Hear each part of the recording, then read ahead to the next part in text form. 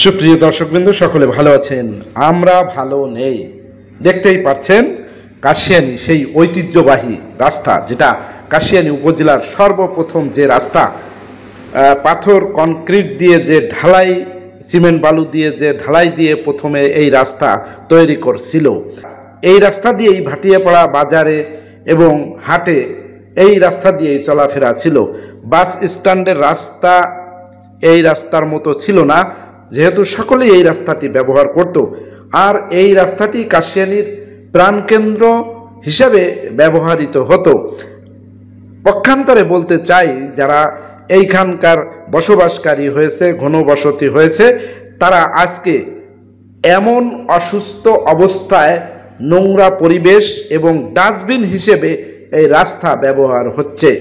দুই ধারের বৃষ্টিতে, বর্ষার পানিতে সামান্য একটু পানি হলেই এইটি ডাস্টবিন হয়ে যায় এবং এই রাস্তা দিয়ে মানুষের চলাফেরা হঠাৎ করে রাতের আধারে দু সাইডে যারা বসবাস করে তারা এই রাস্তা দিয়ে বের হতে পারে না।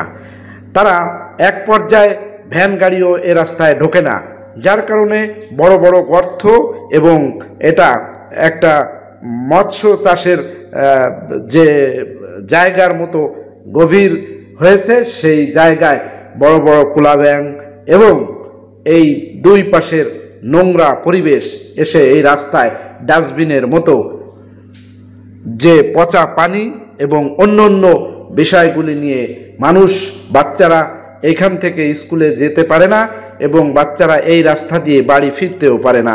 সুতরাং সেজন্য আমি বলবো, কাশিয়ানী এলজিইডির যে প্রকৌশলী আছে তাকে উদ্দেশ্য করেই বলবো যে কাশিয়ানীর এই প্রাণকেন্দ্র রাস্তাটি, এখানে এই রাস্তার দুই পাশে আবাসিক এলাকা, এই রাস্তার মাধ্যমেই এদের সকলের চলাফেরা।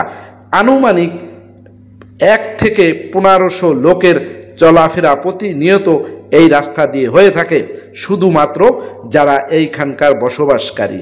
এছাড়াও যারা দূর থেকে আসে তারা এই রাস্তায়, যাদের আগে আসা যাওয়া ছিল, তারা ঢুকেই একটা বিদিকিস্তির মধ্যে পড়ে যায় এবং চিন্তা করে যে এই রাস্তা একটা ডাস্টবিন হয়েছে।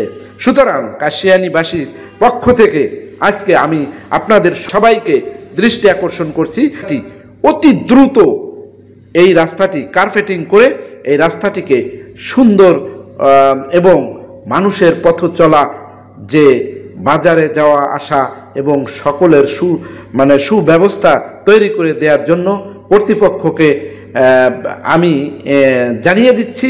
আজকের মতো এই রাস্তা থেকে বিদায় নিচ্ছি।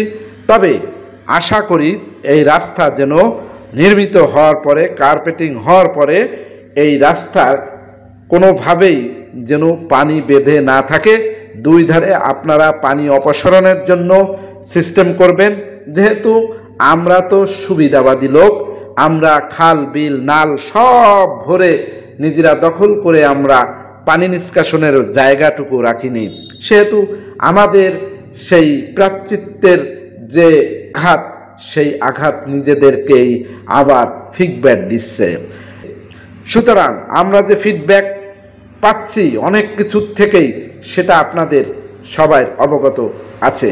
এজন্য বলবো, আপনারা অনেকেই এখানে দেখেছি যে বাড়ি করছেন, আপনি বাড়িটা একটু পিছে করেন, আপনি রাস্তার উপরে এসে, এই রাস্তাটি অনেক ছোট, তারপরে রাস্তার উপরে এসে সিঁড়ি দিছেন।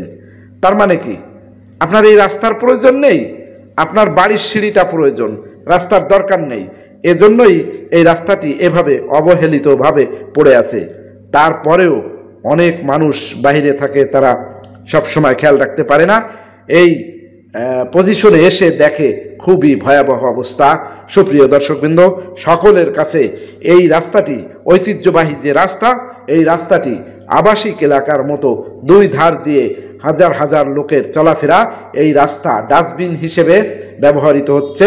বড় বড় গর্ত, বড় বড় পুকুরের মতো একটা জায়গায় একটুও ভালো নেই এবং পাশাপাশি এর সাথে অনেক বাড়ি করে এই বাড়ির সিঁড়িটা রাস্তার উপরে ঢেলে দিচ্ছে।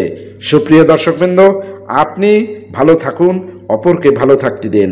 সুস্থতা আপনারও প্রয়োজন, যেমন এই রাস্তার চলাফেরার সুস্থতাও ফিরিয়ে দেওয়ার প্রয়োজন আমাদের সকলে। ধন্যবাদ, ভালো থাকবেন, সুস্থ থাকবেন, আর কাশিয়ানী দর্পণে চোখ রাখুন। অসহায় মানুষের পাশে থাকুন, পথ চলাকে সুন্দর আকৃষ্টিতে দেখুন। আল্লাহ হাফেজ।